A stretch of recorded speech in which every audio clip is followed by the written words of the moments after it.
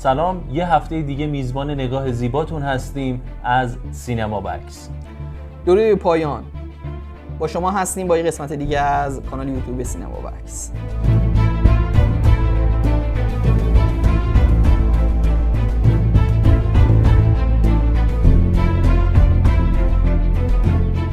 چه خبر مجید جان؟ قربانت، سلامت اوضاع باشی. احوالات، سیستم تشکیلات. شما خوبی؟ شکر الحمدلله میگذره.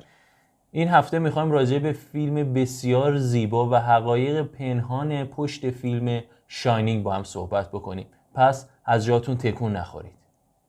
خب فرزاد جان، این فیلم یکی از فیلم‌های واقعا شاهکار سینمای آمریکا. بسیار زیبا. فقط قبل از اینکه شروع بکنیم و اینا لایک، سابسکرایب و زنگوله همه رو جا بزنید. حالا خلاصه خودتون دیگه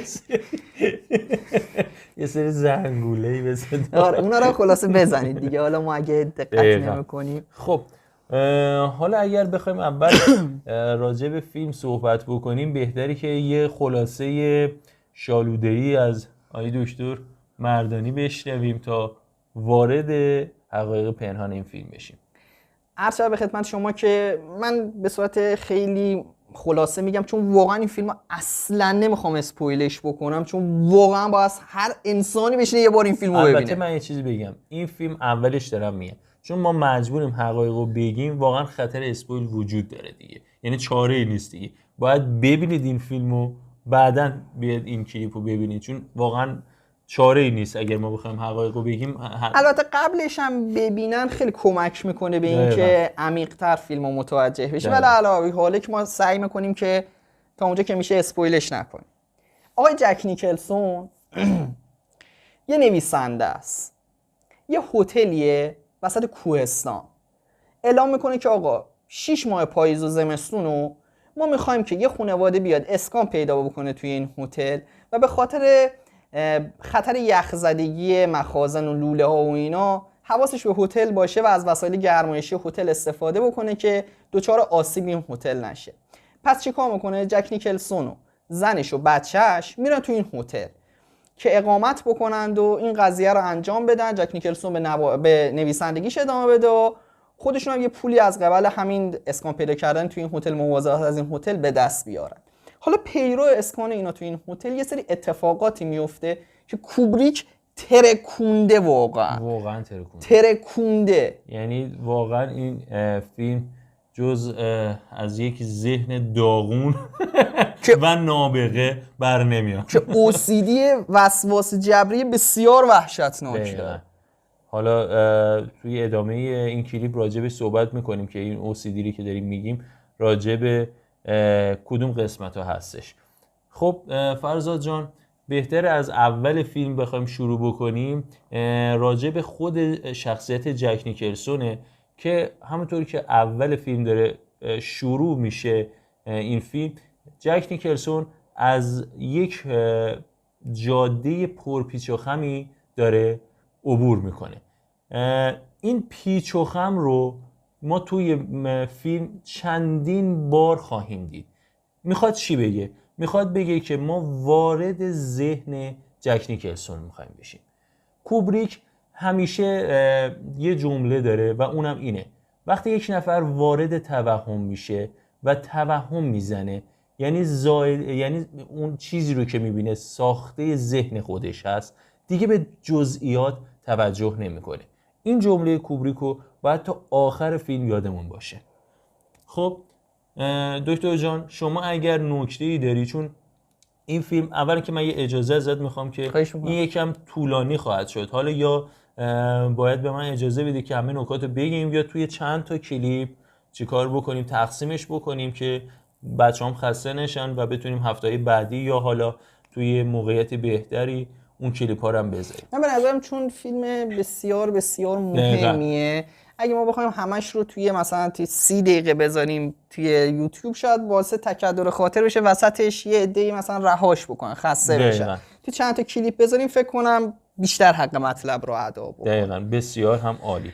خب دکتر جان بفرما شما اگر نکته‌ای هست. ممنونم میشم ازت اگر بتونیم چیکار بکنیم یه جورایی اون سری یا روالی که داره رو از ابتدای فیلم به آخر طی بکنیم خیلی بسیار بهتر هم هست. عالی. ممنونم.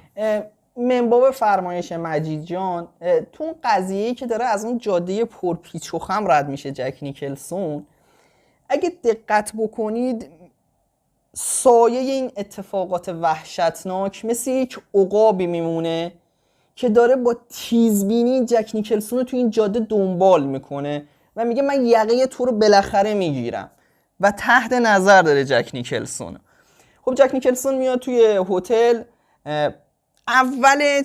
اول که میاد صحبت بکنه با این رئیس هتل، رئیس هتلدار به قول معروف بهش میگه که این هتل به قول معروف زمینه جالبی نداره، عقبه خوبی نداره، یه جورایی نفرین شده است و یه جوری بیان میکنه که این نفرین و ناشی از به قول معروف میخواد بگه کشت و کشتاری بوده که مهاجرینی که مهاجرت کردن به قاره آمریکا، کشت و کشتار سرخپوستا این نفرین رو مسلط کرده بر این هتل، چون این هتل روی قبرستان سرخپوستا ساخته شده. حالا یه نکته خیلی جالب مجید گفتی که خیلی جالب بود و در ادامه میگی راجع به اون مجله.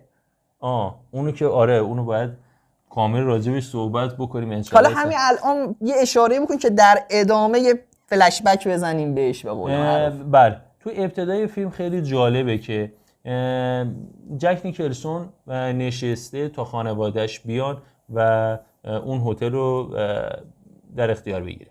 جک نیکلسون نشون میده که توی لابی هتل نشسته و یک مجله داره میخونه و اینو خوبه بدونیم که باز تکرار بکنیم که کوبریک هیچ چیزش بی‌دلیل نیست. واقعا هیچ چیزش بی‌دلیل نیست. جک نیکلسون داره یک مجله میخونه، یک مجله به نام پلگرل هست که این مجله مطالب جنسی رو عنوان میکنه و مربوط میشه به یک سالی که توی اون تاریخ و اون تایم یک مطلبی مطرح شده که بسیار پر سر و صدا شده بود و راجع به خشونت والدین، خشونت جنسی والدین به فرزندانشون هستش. حالا اینو به خاطر داشته باشین تا به یه موضوع خیلی جالب در ادامه میرسیم.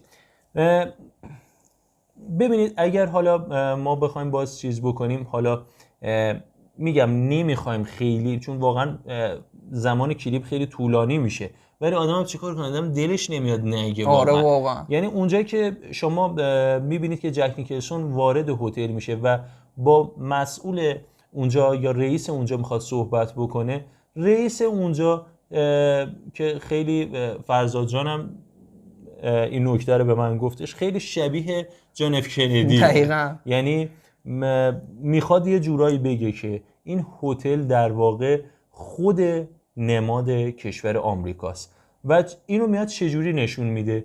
اول اینکه رئیس اونجا رو شبیه جان اف کندی نشون میده. دوم اینکه چی؟ دوم لباس یا کت و شلواری که داره خیلی شبیه پرچم آمریکاست و سوم اگر دقت بکنید توی اون اتاق خیلی عقاب وجود داره. عقاب جزوی از پرچم آمریکاست. جزوی از نماد کشور آمریکاست. اینها همه نشون دهنده اینه که کوبریک میخواد بگه که این هتل در واقع مدیریت شده توسط آمریکاست و مال آمریکاست. یعنی یه جورایی میخواد بگه که این هتل خود کشور آمریکاست. ماکت کشور آمریکاست. ماکت کشور آمریکاست. و خب بعد یه حالا کاتی خورده میشه، میره سراغ خانواده جک نیکلسون. توی خونه قبلیشون رو نشون میده که دارای یک فرزند و یه همسر هستش. همسرش رو میخواد یک ظاهر زشت بهش نشون بده. خیلی جالبه. مجددا همسر جک نیکلسون نشسته و داره یک کتاب میخونه به نام The Catcher in the Rye که این فیلم که این کتاب شخصیت اصلیش یک فردی هستش که دچار افسردگی و انزوا هستش و این هم ببین جزو چیزاییه که میگم وسواس بسیار شدیدی داره که از کسی جز کوبریک بر نمیاد.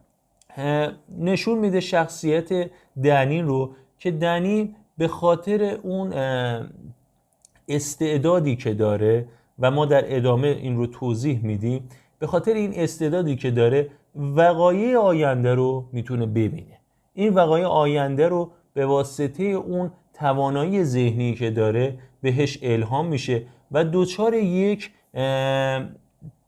استرس شدیدی میشه که اون روانپزشک میاد و میپرسه ازش که تو چجوری متوجه شدی و اون صحبتی نمیکنه. میگه چرا؟ میگه تونی اجازه به من نمیده که صحبت بکنم.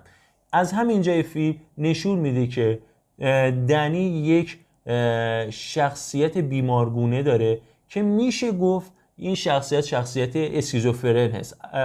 اسکیزوفرنه که البته شخصیت‌های چند شخصیتی هم این عنوان شده ولی بیشتر به همون شخصیت اسکیزوفرن میخوره. خب فرزاد جان شما ادامه فیلم رو بفرما، نکاتش رو تا دوباره من هم اضافه بکنم.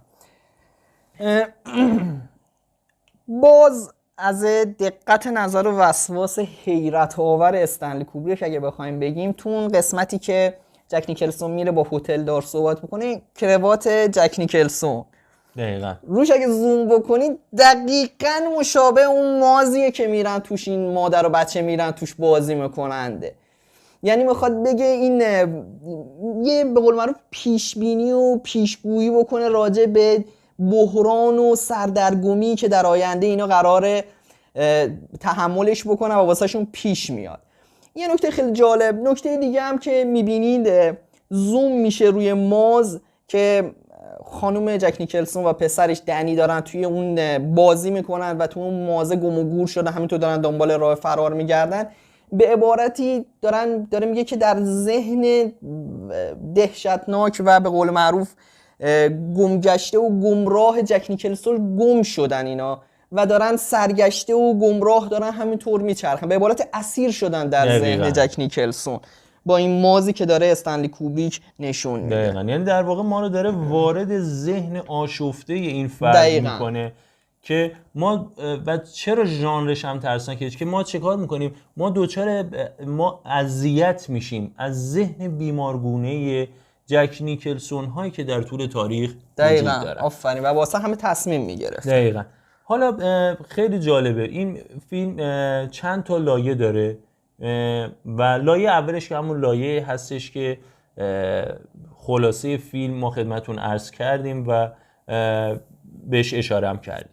لایه دوم لایه‌ای هست که مربوط میشه به داستان‌هایی که اتفاق میفته، اون توهمات ذهنی و اون درگیری‌هایی که ما دچار اون توهمات ذهنی جک نیکلسون میشیم.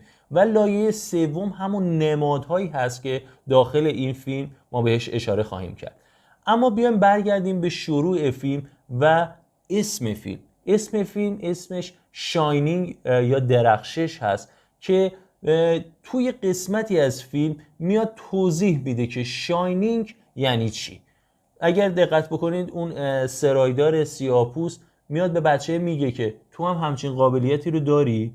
اون بهش میگه که چطور چجوری، براش توضیح میگه تو هم شاینینگ داری. یعنی چی؟ یعنی میتونی هم آینده رو ببینی و هم میتونی از طریق تلپاتی با یک نفر صحبت بکنی بدون اینکه کلمه‌ای رو عنوان بکنی. در واقع میاد میگه که شاینینگ منظورش چیه. یعنی اینقدر وسواس داشته کوبریک که میاد توضیح میده که آقا من چرا حتی عنوان این فیلم رو شاینینگ گذاشتم.